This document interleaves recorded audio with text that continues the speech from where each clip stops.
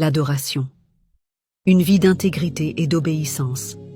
L'adoration ne se limite pas à un moment de prière ou à la musique, elle est bien plus profonde. C'est un style de vie. Vivre dans l'intégrité, faire le bien autour de soi, éviter de blesser les autres, c'est cela l'adoration véritable. Jésus a dit « Mais l'heure vient, et elle est déjà venue, où les vrais adorateurs adoreront le Père en esprit et en vérité, car ce sont là les adorateurs que le Père demande. » Jean 4, 23. Ainsi, marcher selon la vérité et la justice fait de nous un parfum agréable devant Dieu. Ce n'est pas seulement le temps que nous passons en prière qui compte, mais la manière dont nous vivons. Beaucoup pensent que l'adoration est seulement dans les prières prolongées. Mais quelle est la valeur de ces prières si notre vie ne reflète pas la sainteté?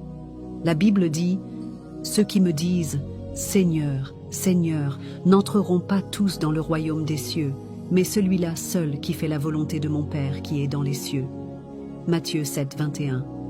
Ainsi, la véritable adoration est dans l'obéissance, dans la sanctification, dans les fruits que nous portons chaque jour.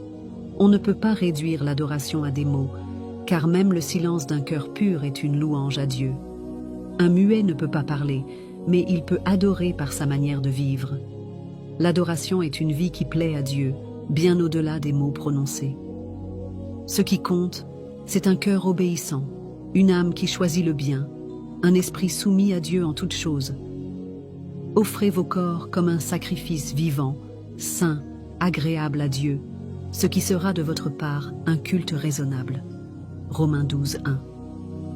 Chaque action, chaque décision prise en accord avec la volonté divine est une adoration.